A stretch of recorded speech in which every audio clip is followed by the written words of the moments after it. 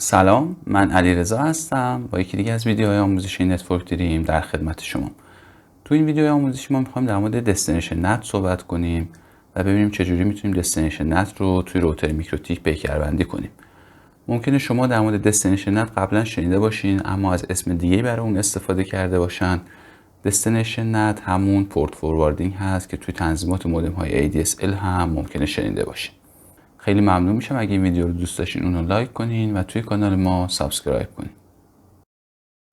ما توی ویدیو قبلیمون که در مورد سورس نت صحبت کردیم گفتیم نت یا همون نتورک ادرس ترنسلیشن کارش اینه که میاد سورس یا دستینیشن پکت رو عوض میکنه.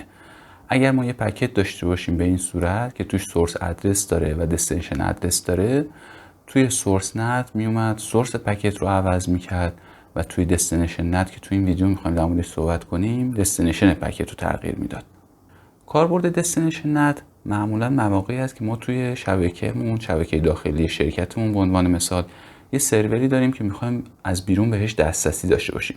فرض کنیم ما داخل شرکتمون یه سروری داریم، آی پیش هست 192.168.2.10، این یک وب سرور هستش و میخوایم به این وب سرور از بیرون دسترسی داشته باشیم. آی پی این وب سرور یا آی پی پرایوت هستش و تنها آی پی پابلیکی که ما توی این شکل داریم آی پی هست که روی اتر یک روترمون قرار گرفته، آی پی 80.22.1.1. حالا اگر یه سیستم توی اینترنت بخواد این سرور رو ببینه، ما میتونیم بیایم روی روترمون دستینیشن نت رو تنظیم کنیم تا وقتی درخواست به آی پی پابلیک روترمون میرسه، روترمون دستینیشن نت انجام بده و اون پکت رو تحویل سرور داخلیمون روی آدرس پرایوتش بده. فرض کنیم ما اومدیم روی روترمون دستینیشن نت رو انجامش دادیم، یعنی اومدیم گفتیم اگر پکتی اومد برای آی پی 80.22.1.1 روی پورت 80ش اینو تحویلش بده به 192.168.2.10، یعنی آی پی پرایوتمون سرور داخل شبکمون روی همون پورت 80. تو این حالت فرض کنیم یه سیستمی از داخل اینترنت میخواد به سرور ما دسترسی داشته باشه. دستینیشن پکت رو میذاره 80.22.1.1، آی پی پابلیکی که روی روتر ما قرار داره. این پکت رو میفرسته سمت روتر پکت رو دریافت میکنه، میبینه که مقصد پکت هست 80.22.1.1 پورت 80.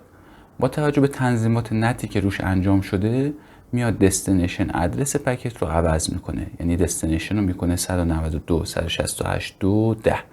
پورت رو اینجا تغییر نداده، اما ما اگر بخوایم میتونیم حتی پورت رو هم عوضش کنیم. یعنی توی تنظیماتی که توی روترمون انجام میدیم میتونیم شماره پورت متفاوتی در نظر بگیریم و بعد روتر این پکت رو میفرسته برای سروری که داخل شبکه قرار داره و اون سرور این پکت رو دریافتش میکنه. اگر ما بخوایم دستینیشن نت رو توی روتر میکروتیک بنویسیم به این صورت عمل میکنیم. میریم توی آی پی فایروال یه رول نت اضافه میکنیم، توی تب جنرالمون میایم چین و دی اس تی نت مخفف دستینیشن نت انتخاب میکنیم. دستینیشن ادرس پکت رو میذاریم 80.22.1.1. تو این شکل اگه نگاه کنین آدرس پابلیک روتر هستش. پروتکل TCP دستینیشن پورت 80. TCP 80 میشه همون پروتکل HTTP. این اینترفیس رو هم انتخاب میکنیم اتر 1، یعنی پکت از اتر 1 داره وارد روتر ما میشه. بعد میریم توی تب اکشن و دی اس تی نت انتخاب میکنیم، میگیم به چه ادرسی نت بشه. تو ادرس رو میذاریم 192.168.2.10 که آدرس پرایوت سرورمون هست. تو قسمت تو پورتس هم همون 80 رو میذاریم. اینجا حتی اگه شما قسمت تو پورتس رو پر نکنین همون 80 به صورت پیش‌فرض در نظر گرفته میشه، چون توی تب جنرال شما 80 رو تایپ کرده بودید. یه مدل خاصی از دستینیشن نت داریم به اسم ریدایرکت کاری که میکنه میاد دستینیشن پکت رو میذاره خود روتر. این مدل دستینیشن نت برای مواقعی که ما میخوایم از ترانسپرنت پروکسی استفاده کنیم، به عنوان مثال میخوایم ترافیک HTTP یا DNS رو سمت روتر خودمون بفرستیم، یه جورایی میشه گفت داریم ترافیک رو هایجک میکنیم، کاربرد داره. یا آزمایش داریم ما اینجا. تو این آزمایش از ما خواسته شده که DNS رو بیایم رو روترمون فعال کنیم و بعد بیایم درخواست‌های DNSی که داره از روتر ما عبور میکنه رو ریدایرکتش کنیم به خود روترمون. عملا بیایم دستینیشن پکت رو عوض کنیم. گفتیم ریدایرکت یه مدل دستینیشن نت هستش. تو این حالت روتر ما به جای اون DNS سروری که مد نظر یوزر بوده میتونه به اون درخواست ها جواب بده. بریم با هم دیگه این آزمایش رو انجام بدیم. من از طریق وین باکس به روترم وصل میشم، میام تو قسمت IP DNS مطمئن میشم این تیکه allow remote request خورده و من اینجا هم DNS هامو وارد کردم. حالا من هم DNS های داینامیک دارم که از DHCP سرور بالا دستم گرفتم، هم استاتیک هم یه سری DNS سرور تعریف کردم. این پنجره رو میبندم. کاری که انجام میدم بعد میرم توی IP فایروال توی تب نت روی به علاوه کلیک میکنم تا یک رول جدید ایجاد کنم. چین رو میذارم DST نت.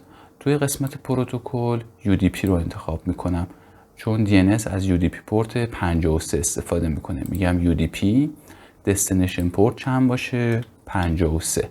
توی قسمت این اینترفیس چون اینو من میخوام برای سیستم خودم ست کنم میرم اتر 2 که متصل به پیسیم هست رو انتخاب میکنم. پس شرطام شد چین DST نت، پروتکل UDP، دستینیشن پورت 53، این اینترفیس اتر 2 که متصل به پیسی من هست. اکشن رو میرم چی انتخاب میکنم؟ ریدایرکت. وقتی من اکشن رو ریدایرکت انتخاب میکنم دیگه فیلد تو ادرس رو ندارم چون من دارم پکت رو به خود روتر ریدایرکت میکنم، یعنی دستینیشن من میشه خود روتر و اینجا روی اوکی کلیک میکنم. حالا اگر من بیام روی سیستمم کامند پرامپت رو باز کنم، روی سیستم من اومدم کامند پرامپت رو باز کردم، من میام اینجا nslookup میگیرم، می‌نویسم nslookup. سرور منو اینجا نوشته 888 که DNS سرور گوگل هست. پس یعنی من توقع دارم که DNS سرور گوگل به من جواب بده. من اینجا میام کوئری میگیرم، میگم به عنوان مثال google.com، یه سری آی پی برای من برمیگردونه. این آی پی ورژن 6 گوگله، اینم آی پی ورژن 4ش هستش. اما اتفاقی که در واقع داره میفته اینه که این کوئری من میرسه به روتر با استفاده از این رولی که اینجا هستش پکت رو میگیره و دستینیشنش رو به جای 888 میذاره خود روتر و این روتره که داره این جوابو به من میده. اگه بخوام اینو تست کنم و مطمئن بشم، کاری که میتونم انجام بدم بیام اینجا برم تو روترم توی IP DNS تو این قسمت استاتیک ها، تو اینجا من میتونم یه رکورد استاتیک تعریف کنم. به عنوان مثال رو به علاوه کلیک کنم، بگم google.com، مقدارش رو یه مقدار الکی بزنم، به عنوان مثال بزنم 1111 چون فقط من میخوام تست بگیرم. اینو اپلای کنم، اوکیش کنم. من الان اگه دوباره کامند پرامپت رو بازش کنم، کامند پرامپت رو دوباره بازش کردم، اینجا دوباره google.com رو کوئری میگیرم، به من داد 111. پس الان مطمئن میشیم که این جواب رو روتر داره عملا به ما میده. ما قبلا یه سطر دیگه هم اینجا تعریف کرده بودیم، هست router.local که مقدارش هم گذاشته بودیم 192.168.2.1. اگر من اون رو هم الان اینجا کوئری بگیرم router.local میبینم که برای من برش میگردونه. این کاری که ما اینجا انجام دادیم صرفا برای تست بود. من میرم این سطحی که اینجا اضافه کردم و حذفش میکنم. اگر هم دیگه نیاز ندارم به این ریدایرکت، میتونم رول ریدایرکت رو هم دیزیبلش کنم. خیلی ممنونم که وقت گذاشتیم و این ویدیو رو تماشا کردید.